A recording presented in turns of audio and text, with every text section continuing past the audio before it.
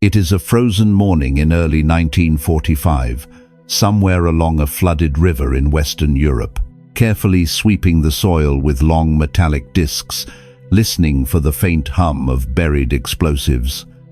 Others are carrying heavy wrenches, logging chains, and wooden stakes. For the engineer crawling through the dirt, the experience is profoundly disorienting. The ground beneath his chest violently shudders. With every friendly impact landing just a few hundred yards away, concussive waves punch the air out of his lungs.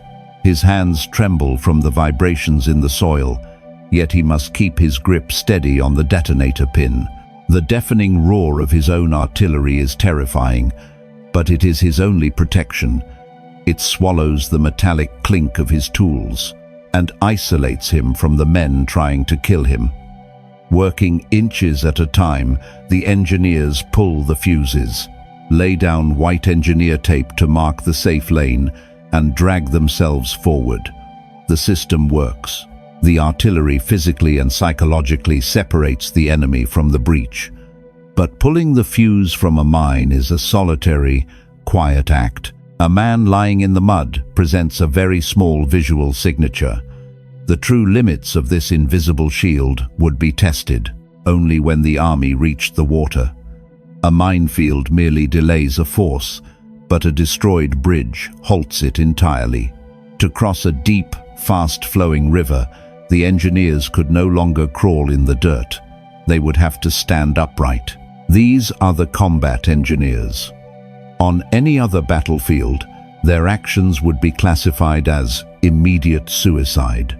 Haul thousands of pounds of steel to the water's edge and make a tremendous amount of noise. Dismantling a minefield is an act of terrifying silence. Bridging a river is an act of industrial violence. Once the engineers emerge from the mud and reach the water's edge, the demand for stealth completely vanishes. You cannot secretly build a structure capable of supporting a 30-ton tank. To bridge a gap under combat conditions, men must stand upright and manhandle immense weight. Heavy rubberized floats must be inflated with loud gas-powered air compressors. Steel treadway panels, weighing hundreds of pounds, must be hauled off transport trucks and dropped into the mud. Connecting these sections requires engineers to swing heavy sledgehammers, driving thick metal locking pins into steel joints. Once the rafts are assembled, outboard motors roar to life, churning the water to push the sections against the heavy current. In the cold, damp air of a river valley, this mechanical clatter travels for miles. To an enemy mortar crew waiting in the hills, this noise is a beacon. They do not need a forward observer to see the riverbank. They can calculate a bearing and a rough distance merely by listening to the rhythmic, echoing strikes of the sledgehammers and the sputtering engines of the storm boats. The work of altering the physical earth requires severe vulnerabilities. You cannot rush the assembly of a tactical bridge. They can blindly walk their explosive shells toward the loudest point in the valley until they hit the target. The engineers are painfully aware of their own acoustic signature. The equipment they are assembling is massive, but it is not armored. A tactical pontoon bridge relies on pressurized air inside heavy canvas and rubber bladders. It is incredibly fragile. A single 8.1mm mortar shell detonating in the water nearby sends a geyser of jagged, high-velocity shrapnel directly into the floats. If one pontoon deflates, the steel treadway sags into the river. The violent current catches the submerged metal, tearing the bridge apart and crushing the men working beneath it. To prevent this, the friendly artillery had to provide a different kind of camouflage. The barrage striking the opposite shore was not merely blinding the frontline defenders with smoke, it was saturating the valley with noise. Battery commanders ordered continuous, staggered firing. Instead of a single, massive volley followed by silence, the guns fired in a deliberate, rolling rhythm. Heavy shells slammed into the opposite bank in a relentless sequence, generating an overlapping thunder that completely swallowed the metallic ring of the bridge assembly. The engineers worked inside a localized earthquake. The deafening roar of their own artillery was the only thing masking the exact coordinates of their labor. A single pneumatic float takes a team of men several minutes to haul, inflate, and maneuver into the freezing current. But as the bridge stretched further across the rushing water, the operational geometry changed. The barrage pounding the immediate shoreline successfully pinned down the enemy riflemen and machine gunners. However, a rifle bullet cannot sink a heavy pontoon. The weapons truly capable of destroying the bridge were the enemy's own artillery and heavy mortars. Those weapons were not sitting on the riverbank. They were entrenched in deep daffodils, hidden in dense forests, and positioned on reverse slopes 3 to 5 miles behind the front line. They were entirely immune to the shallow barrage pinning down the front-line infantry. The enemy gunners were sitting in quiet, reinforced bunkers, holding their lanyards, waiting to fire. If the engineers were going to finish locking the final steel span into place, their artillery could not just suppress the visible trenches. It had to reach deep into the enemy rear to blind and shatter the long-range killers. But how do you neutralize a battery of heavy guns hidden behind a mountain, miles out of sight, before they fire their first shot? 3 miles behind the friendly lines, far from the noise of the river crossing, a small team of men sits in a darkened dugout. They are not looking at the enemy, they are listening to a wire. Connected to this wire is a microphone, buried in the frozen dirt several miles forward. A heavy steel treadway requires men to stand shoulder to shoulder, heaving the metal into perfect alignment. You cannot sprint while probing for a tripwire. Suddenly, the needle on their recording oscilloscope jumps. A low-frequency rumble, completely inaudible over the chaotic din of the frontline artillery, registers on the paper strip. A few seconds later, another microphone 2 miles away picks up the exact same rumble. This was sound ranging. It was the mathematical heart of counter-battery fire, the hidden system designed to hunt the weapons that hunted the engineers. The enemy's heavy mortars and howitzers were invisible from the ground. They were dug into reverse slopes and camouflaged in dense timber, but they could not fire without creating a massive acoustic signature and a brilliant, high-velocity muzzle flash. The advancing army weaponized these physical byproducts. Alongside the sound-ranging microphones, observation posts situated on high ground stared into the night sky, waiting for the briefest flicker of light over the distant tree line. When an enemy gun fired, these flash spotters immediately recorded the precise compass bearing.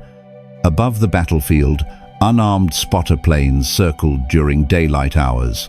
The pilots did not look for the guns themselves.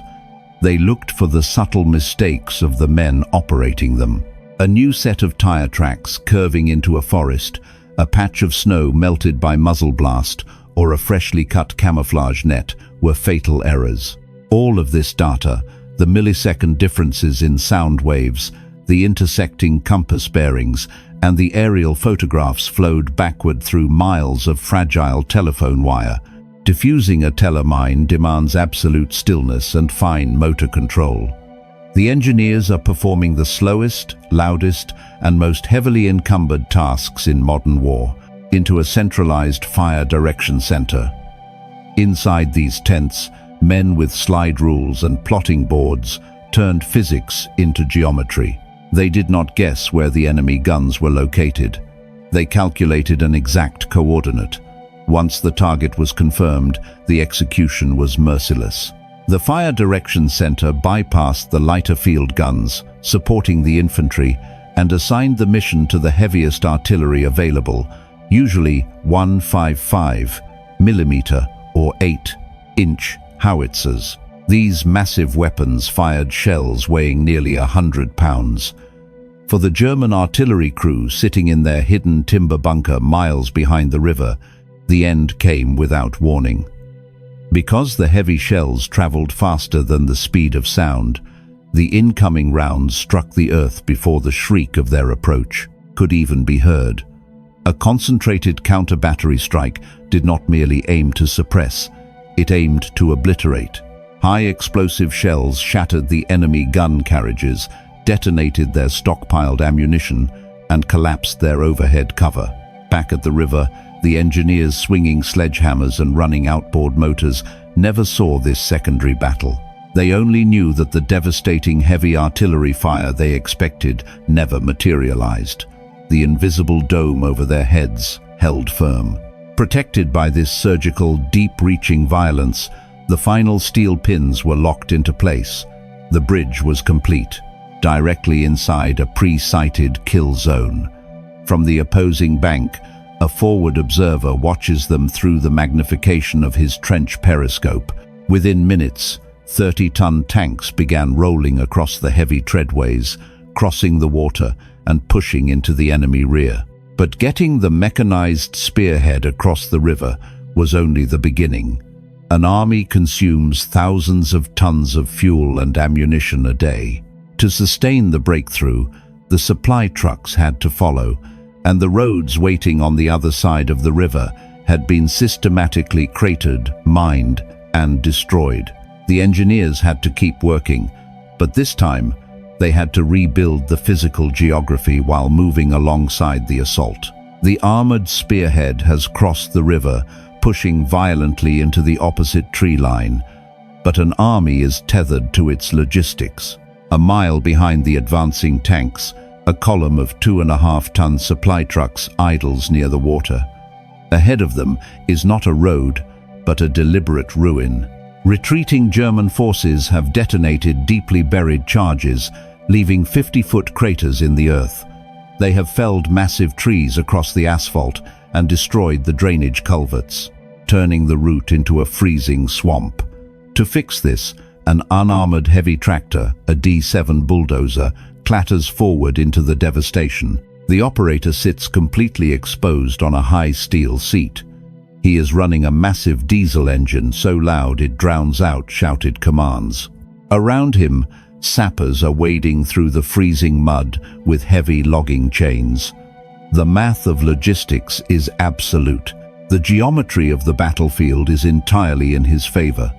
The engineers are silhouetted against the dark water. A 30-ton tank can grind its wide steel tracks through a ruined field, but the thin rubber tires of a heavy supply truck cannot. If those trucks sink to their axles, the tanks fighting ahead will run out of fuel and ammunition before nightfall. The engineers must carve a solid artery out of the mud. They attach chains to the fallen timber, using the bulldozer to drag the logs into the muck, laying them side by side to build a rough corduroy road over the soft ground. They push tons of loose debris into the craters to level the path. Like the bridge assembly, this is agonizingly slow, highly visible labor. The static dome of artillery that protected the river crossing is no longer sufficient. The front line is moving, and the engineers must move with it. To protect these vulnerable road crews from flanking counterattacks, the artillery shifts to a dynamic mechanism, the creeping barrage. Miles in the rear, field guns begin dropping a continuous wall of high explosives about a mile ahead of the engineers. Every few minutes, the gunners adjust their elevation dials, deliberately stepping the fire forward in strict 100-yard increments. This rolling curtain of fire acts as a physical and psychological broom. It systematically shreds the woods ahead, pushing surviving enemy mortar crews and infantrymen backward. By maintaining this moving buffer zone, the artillery ensures that the enemy's short-range weapons cannot get close enough to range the bulldozers. The distance is less than 500 meters. At that range, an MG-42 machine gun can saturate the muddy bank with 20 bullets a second. The road crews operate in the immediate wake of the bombardment. The ground they are repairing is still smoking. The air smells heavily of freshly turned soil, shattered pine wood, and the acrid sting of cordite. As long as the artillery keeps pushing the enemy backward, the unarmored engineers can safely drag their logs and run their heavy machinery. The success of this moving lifeline relied entirely on the mathematical synchronization of a written timetable. The artillery commanders had to calculate the exact rate of the advance based on terrain maps. They assumed the infantry and the engineers would move forward at a specific, uniform speed. The gunners adjusted their elevations blindly, shifting the protective curtain forward yard by yard, entirely guided by the sweeping hands of their watches. When the timing was perfect, the system functioned like a massive industrial machine. The artillery swept the ground, the infantry secured it, and the engineers paved it. But war does not tolerate perfect timelines. Deep mud, human exhaustion, and hidden obstacles inevitably slow men down. The guns in the rear could not see the delays on the ground. They could only follow the rigid math printed on their fire plans. So what happened to the men operating the bulldozers and dragging the heavy timber when the timetable broke down and the invisible shield moved forward without them? A single barrage from an 1mm mortar battery could shatter the unarmored pontoons and kill every man assembling them. Deep in the valley, the rigid timeline begins to fracture. A D7 bulldozer, pushing a massive mound of frozen earth into a road crater, slides on a patch of unseen ice beneath the mud. Its steel tracks spin, digging deeper into the muck instead of gripping it. The operator throws the heavy iron levers, violently reversing the engine, but the machine is bogged down. Sappers scramble to attach tow cables, wading waist-deep in freezing water to find purchase. Fixing this problem will take 20 minutes, but the paper timetable calculating the advance does not allow for 20 minutes. 5 miles to the rear, the artillery crews cannot see the stuck bulldozer. They are operating by the sweeping second hands of their synchronized watches. At the exact designated minute, the battery commanders shout their orders. The gunners adjust their elevation dials, physically lifting the barrels of the howitzers a fraction of an inch. When they pull the lanyards again, the barrage steps forward another 200 yards. For the engineers struggling in the mud, the change is immediate and terrifying. The rolling thunder of the creeping barrage, which had been deafeningly close just moments before, suddenly moves deeper into the woods. The concussive waves stop shaking the ground beneath their boots. The dense wall of smoke and pulverized earth begins to thin, carried away by the winter wind. The temperature is hovering just above freezing, and a thick mist clings to the surface of the water.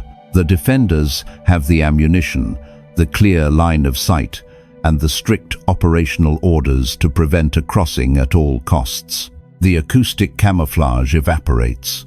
Suddenly, the roaring diesel engine of the bulldozer and the metallic clanging of the logging chains echo cleanly across the valley. The engineers are entirely exposed. The invisible shield has dropped. The old, unforgiving rules of battlefield geometry instantly return. 1,000 yards away, a German mortar crew that had been cowering at the bottom of a deep dugout realizes the ground has stopped shaking. They climb up to their firing pit and wipe the dust from their optical sights. They do not need to see the engineers.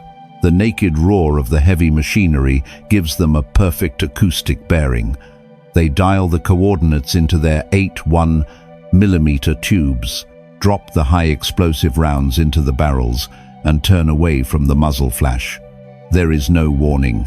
The first mortar shell shrieks out of the grey sky and detonates directly on the edge of the crater. The concussive blast flips the men holding the tow cables into the freezing water. Jagged steel shrapnel shreds the unarmored engine block of the bulldozer, instantly killing the motor. The operator, perched high on his open steel seat, has no cover. More shells fall in rapid succession, churning the half-built road into a localized slaughterhouse. This is the exact cost of friction. The artillery suppression system was an incredible feat of lethal coordination, but it was highly fragile.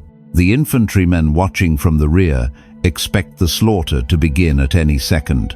They know the old rules of combat. It offered no physical armor, only a mathematically timed lease on survival. When the timeline broke, when the field radios failed, or when the mud simply refused to cooperate, the engineers paid the price in blood. They remained unarmored men performing heavy industrial labor inside a kill zone, completely dependent on the men firing the guns miles away to keep the enemy blind and deaf. Despite these brutal failures, the advancing armies continued to rely on this codependent mechanism across thousands of miles of destroyed terrain. The engineers accepted the vulnerability. The artillery accepted the immense logistical burden of firing tens of thousands of shells a day, just to protect a few hundred yards of mud. But if the system was so delicate, and the penalty for a single mistake was so absolute, how did military commanders ultimately measure the success of this deadly partnership? How do you measure the success of a system that occasionally fails so violently? For the military commanders pushing across Europe, the metric was not measured in individual survival, it was measured in momentum. The central mystery of the battlefield was never really about how unarmed men could survive building a bridge or clearing a road in a pre-sighted kill zone. Men caught in the open, moving slowly under the eyes of an entrenched enemy, do not survive. The equations of time, distance, and defensive firepower guarantee their destruction. It was about how an industrial army converts ammunition into time. The artillery did not exist merely to kill the entrenched enemy. It existed to buy a strict, highly specific window of time with thousands of tons of high explosives. The engineers existed to spend that time altering the physical earth. This symbiotic relationship was the true mechanism that allowed modern mechanized forces to cross heavily defended terrain. It was an unbreakable, deadly contract between the gunner and the sapper. The opposing commanders who saw the consequences, heavy pontoon bridges suddenly appearing over rushing rivers, the safe lanes marked with white tape through deep minefields, the corduroy roads carved out of ruined swamps, were not witnessing a tactical miracle. They were witnessing the output of an immense, invisible, and highly synchronized machine. We return to that frozen morning on the flooded riverbank in Western Europe. The German forward observer, peering through his trench periscope, could not understand why the exposed men dragging heavy rubber floats and swinging large sledgehammers were not dying. He believed the old mathematical rules of combat, where exposed flesh and slow movement always yielded to pre-registered steel. What he could not see was the massive architectural effort working miles behind. The riverbank, carefully designed to keep his own heavy artillery shattered and his frontline machine gunners pinned blindly to the mud. But the water continues to rush. The engineers continue to hammer the heavy steel pins into the bridge sections. That invisible shield was not an abstract concept. It was built entirely by human hands and sustained by continuous physical exhaustion. It required the frontline wire layers stringing fragile copper telephone lines through the freezing mud to keep the sound-ranging microphones connected. It relied on the clerks in the fire direction centers, sliding rulers over paper maps to calculate precise geometry under the dim glow of kerosene lanterns. It demanded deafened artillerymen miles in the rear, repeatedly heaving 95-pound shells into smoking howitzer breaches until their hands bled and their hearing faded. Above all, the survival of the advance rested on the sheer psychological endurance of the men standing in the kill zone. The bulldozer operators, sitting high on their exposed steel seats, the sappers gently probing the soil for detonator pins, the mechanics repairing outboard motors in the freezing water, and the thousands of unnamed laborers accepted the terrifying vulnerability of their work. They knew the invisible dome of artillery suppression was fragile. They knew the timeline could fracture and the enemy guns could instantly awaken. Yet, they continued to walk upright into the crosshairs, hammering the heavy steel, locking pins into place while the earth violently shook around them. Long after the creeping barrage lifted its curtain of fire, and the armored spearhead pushed deep into the distant woods. The evidence of this brutal partnership remained. The deafening noise of the artillery faded. The loud, metallic clanking echoes clearly across the valley. The German observer does not lift his field telephone to call down the mortar strike, replaced by the steady, rhythmic roar of heavy transport trucks. Left behind in the valley were the pulverized pine trees, the thousands of empty brass, shell casings sinking into the mud, and a heavy steel treadway bridge spanning the dark, rushing water, safely carrying the weight of an army moving forward. The machine gunner does not squeeze his trigger. The engineers are not surviving because the enemy is merciful, incompetent, or out of ammunition. They are surviving because something else is happening on this battlefield, something so violent and overwhelming that it has completely paralyzed the defenders. To understand how these exposed men could walk upright into a pre-sighted crosshairs, we must first look at the deadly mathematical reality they were attempting to defeat. The geometry of a military advance is unforgiving. An infantry squad can alter its path under fire, slipping through forests or taking cover in ruined buildings. A 30-ton tank cannot. Mechanized armies require solid roads, shallow gradients, and intact bridges to survive. The infantry is pressed flat into the mud behind the earthen dikes. No one is moving. When a retreating force blows a bridge or craters a vital highway, they do not merely destroy infrastructure, they create a mandatory geographic bottleneck. They dictate exactly where the advancing army must stop and exactly where it must attempt to proceed. For the combat engineers, this reality stripped away the greatest defense an infantryman possesses: unpredictability. The men tasked with clearing the path could not choose their ground. They had to go exactly where the terrain demanded, which was exactly the spot the enemy had spent weeks preparing to defend. The rules governing this kind of battlefield labor were entirely mathematical. Assembling a heavy pontoon bridge or clearing a 200-meter lane through a deep minefield requires a fixed amount of time. You cannot accelerate the physics of heavy lifting. 6 men carrying a massive steel treadway panel cannot sprint. They cannot duck when an illumination flare goes up. They must walk in unison, match their footing in the dark, and manually align heavy pins to lock the structure together. If they drop the steel, the bridge fails. If they scatter for cover, the timeline collapses. The defenders understood this vulnerability perfectly.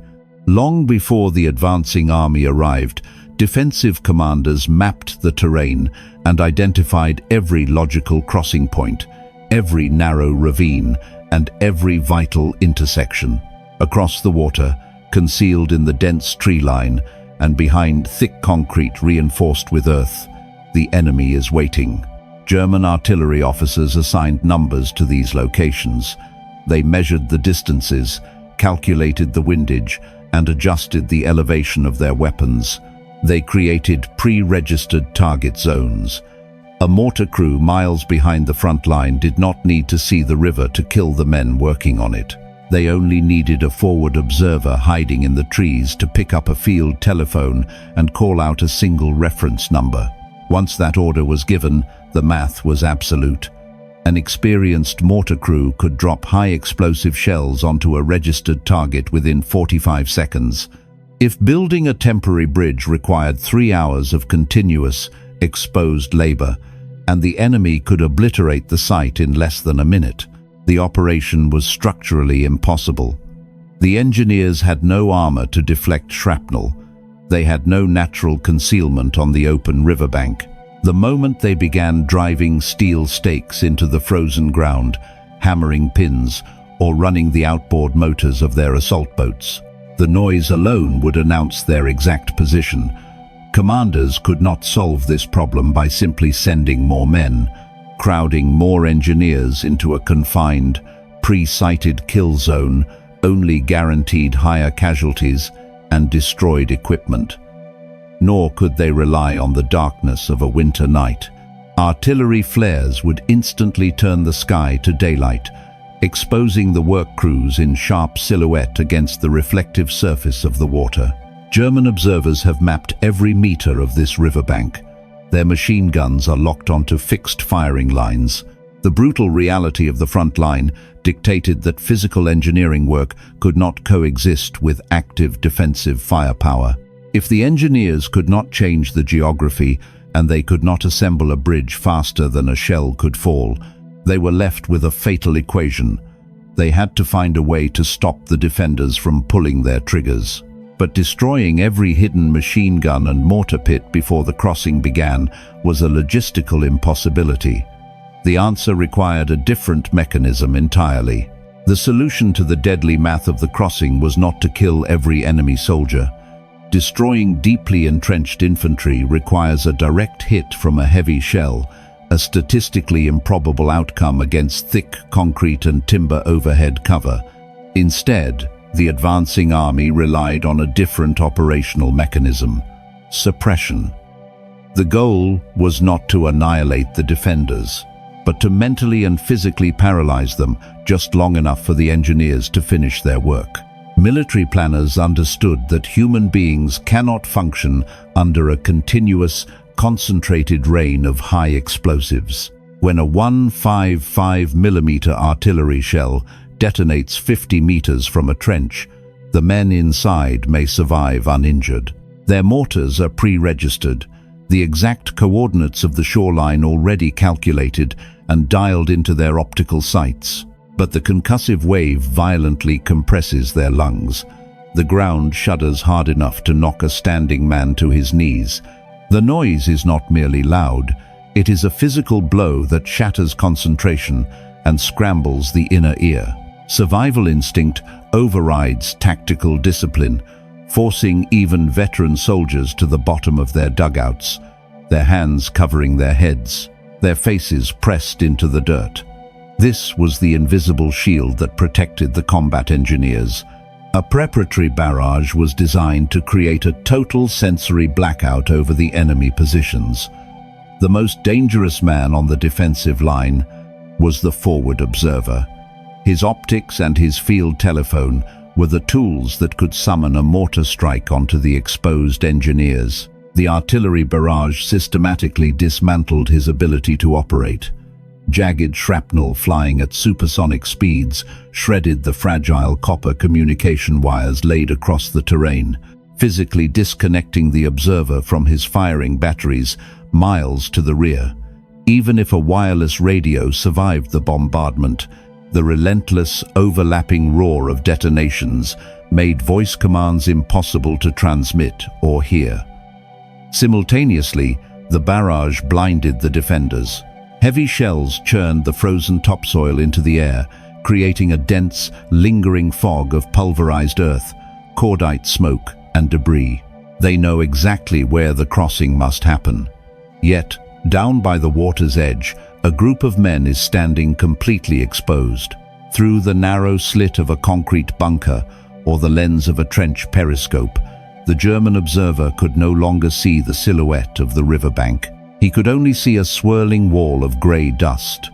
Crucially, the artillery provided an acoustic dome, the engineers dragging pneumatic floats, dropping heavy steel treadways, and hammering large metal locking pins generated a distinct carrying noise. Outboard motors on assault boats sputtered and roared to life.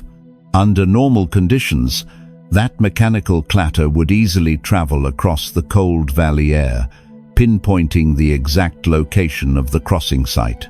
But beneath the rolling thunder of a multi-battalion artillery strike with dozens of guns firing continuously, the acoustic signature of the engineers was completely swallowed. Suppression did not eliminate the defensive line, it merely paused it. It was a strict lease on time, purchased with thousands of tons of ammunition. As long as the shells kept falling, the enemy remained blind, deaf, and pinned to the floor. The engineers could walk upright, align their heavy equipment, and alter the battlefield inside this violent, artificial sanctuary. But this mechanism created a terrifying logistical problem. Artillery fire is inherently imprecise, and the engineers had to work intimately close to the impact zone. If the guns fired too long, they would chew up the very riverbank the engineers needed to stabilize, cratering the approaches. They are not sprinting from crater to crater. They are not firing their weapons. Instead, they are walking upright, moving with the heavy, deliberate cadence of industrial laborers, and making the bridge impossible to build. If the artillery shifted its fire even a minute too early, the defenders would instantly rise from their trenches, clear their optics, and massacre the exposed work crews. The men firing the howitzers 5 miles in the rear, and the men crawling through the mud at the water's edge, had to operate on a perfectly synchronized timeline. Before a mechanized army can even reach the riverbank to attempt a crossing, it must first survive the defensive crust. That crust is almost always a minefield. A military minefield is rarely designed to destroy an entire attacking force on its own. It is an anvil. The defensive artillery and machine guns are the hammer. The sole purpose of the buried explosives is to freeze the advancing infantry and armor in a predetermined open zone. Once the lead vehicles strike a mine and the column halts, the pre-registered defensive fire is supposed to annihilate them. To break this trap, the engineers must move to the very front of the formation, step into the kill zone, and manually dismantle the anvil. The physical act of clearing mines demands a terrifying level of intimacy with the earth. An engineer cannot dismantle an anti-personnel mine from a distance. He must lie flat on his stomach, completely exposed, pulling himself forward through the mud. He probes the soil at a shallow angle with a bayonet. They are dragging heavy canvas, rubber floats, and thousands of pounds of steel. Some are kneeling in the mud, or sweeps a heavy metallic disc inches above the ground. If he finds an anti-tank telemine, he must carefully scrape away the frozen dirt, locate the detonator, and extract it with steady hands. A few pounds of clumsy pressure will trigger the fuse. It is a task that requires total concentration, delicate motor control, and absolute calm. But calm on a contested battlefield is lethal. If the area is quiet, it means the enemy is watching. To protect the sappers, the artillery must intervene. But the gunners do not fire into the minefield itself. Dropping heavy high explosives onto buried mines is a catastrophic operational mistake. It produces unreliable sympathetic detonations, leaving live explosives scattered among deep, impassable craters that will stop friendly tanks just as effectively as the mines themselves. Instead, the artillery fires a dense curtain of shells just beyond the minefield, directly onto the enemy trenches and observation posts. This barrage creates a violent, artificial wall between the defenders and their own obstacle. Mixed with white phosphorus and smoke shells, the bombardment generates a thick, choking cloud that drifts across the terrain. The defending machine gunner knows the engineers are out there in the grey fog, but he cannot see them. He cannot aim. He is forced deep into his bunker to survive the rain of shrapnel tearing through the trees above him.